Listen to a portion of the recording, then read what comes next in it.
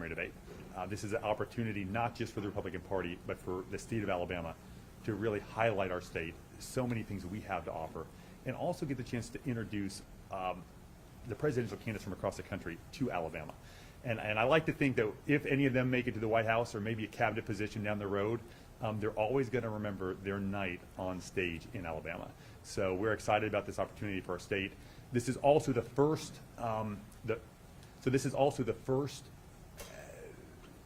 debate this cycle held on a college campus, and that's incredibly exciting to me as the youngest state party chairman, Republican state party chairman in the country, because it is important to me that the party talk to young people, really talk about the issues that are important to them and why they should be involved in politics. I want to encourage them to get involved in the political system because they will inherit all the problems that Washington, D.C. is creating right now.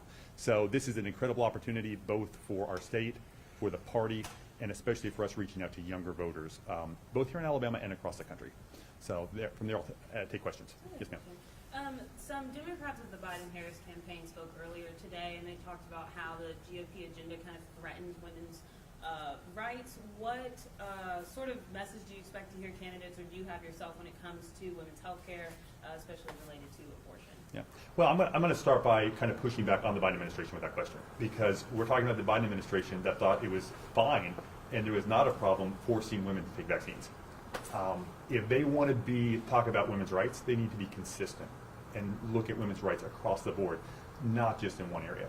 Now, in the area of abortion, I think it's incredibly important for us that we all recognize abortion for what it is, which is a tragedy. And I think that's something we can all agree on. You know, when you think about abortion, no one wants to be in that position. It doesn't matter whether you're a Republican, whether you're independent, whether you're a Democrat. You don't want to be in a position where you need an abortion. And I think if we look at it from that perspective, we can understand that the Democrats' party, their only solution to this issue is a tragedy. And it's actually the Republican Party that I want to hear talking about how to help this issue overall. Talking about things like helping mothers in need, post and tax cuts for post and prenatal care, and also making adoptions easier. These are issues we can win on. This is not an issue that is negative for Republicans. We just have to explain why we believe life is precious, and that we don't just defend life in the womb. We defend life from the womb to the grave. And it's the same reason that we do want to protect the unborn. It's the same reason that we protect your rights and freedoms in every area, whether that's your First Amendment rights, your right to free speech, the rights to the press. We want to protect people's rights and freedoms, and that's for everyone.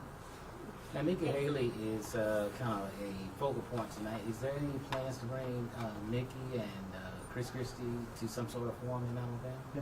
So, you know, that's a great question. The party has worked hard to get America's leading conservatives to our state. You know, we had Ron DeSantis at our winter dinner. We had Donald Trump at our summer dinner. Vivek Ramaswamy was a guest for the party yesterday. And I would love to have both Christie and especially Nikki Haley to the state before our March 5th primary. Earlier this afternoon, Senator Katie Britt endorsed Donald Trump for president.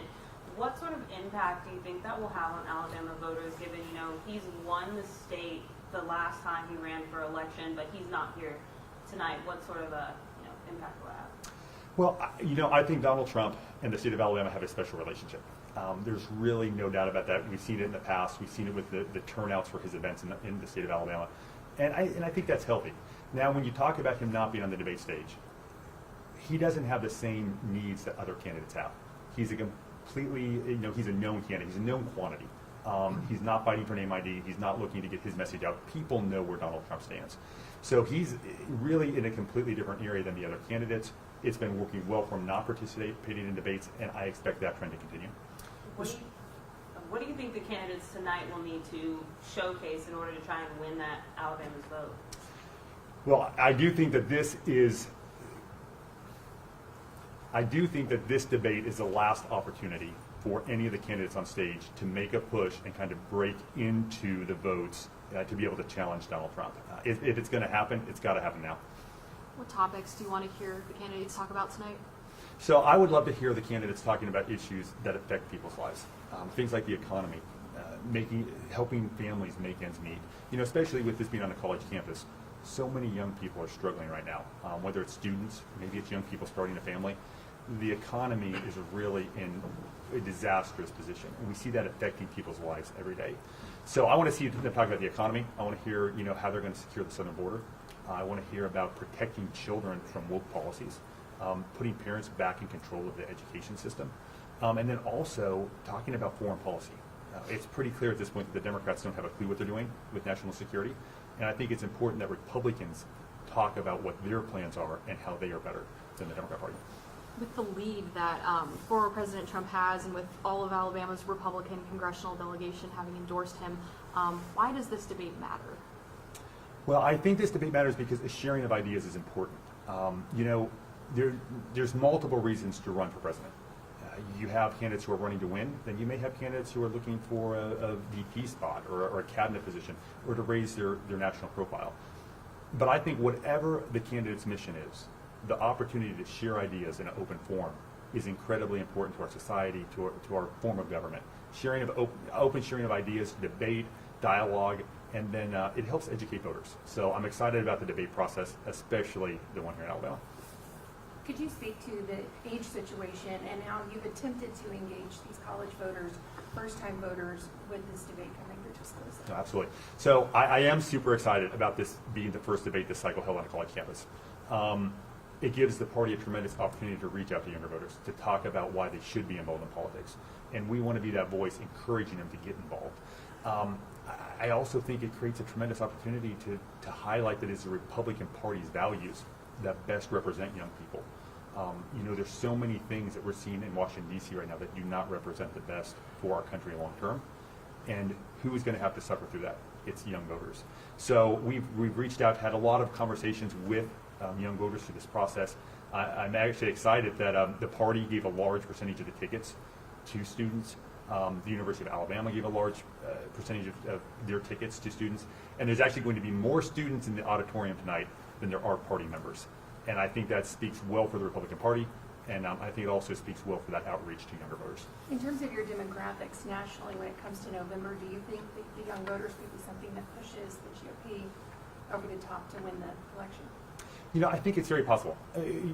Obviously, it's traditional that younger voters are more liberal in their leanings, and as they get older, they grow more conservative. I think the Republican Party needs to do a better job of educating them early of why they should be Republicans before they have to age. Let's talk to them about why the Republican Party wants to keep the American dream alive and well, because we want people to be successful. We want people to have the opportunities, and that starts when you're young. Chairman, at least two of the three moderators involved in this debate are conservative or linked to conservative media. What impact will that have, and what difference do you think that will have on this debate relative to the three we've seen so far? Well, I hope to not see Vivek Ramaswamy criticize the moderators, because we actually have Republican moderators on stage. But I say that in jest. I think the choice of moderators on stage is going to be very exciting to Republican primary voters. Megyn Kelly is very well known across the country in the conservative circles. And she's already said she's looking forward to it. She's going to be asking the bold, hard questions from a Republican perspective. And I think that's something Republican primary voters are going to respond very well to. What do you think Alabama voters are looking for on stage tonight? I think the number one issue is the economy. And then really, I think the second issue is parental rights and protecting children from woke policies. We have seen that over and over again in our polling that we've done in state. We've seen that in media reports, and we've really seen that in the passion with voters across the state of Alabama. And I think it's an issue that's not talked a lot about nationally. And I think that's a mistake, because where you see where the Republican Party has made major inroads, areas like Glenn Youngkin in Virginia in his election for governor, or Ron DeSantis in Florida, or even here in Alabama, where we in 2022, we picked up 50 seats across the state talking about issues like parental rights, school choice, and putting parents back in charge of education. It's a popular message, not just with Republicans, but also with Democrats and independents.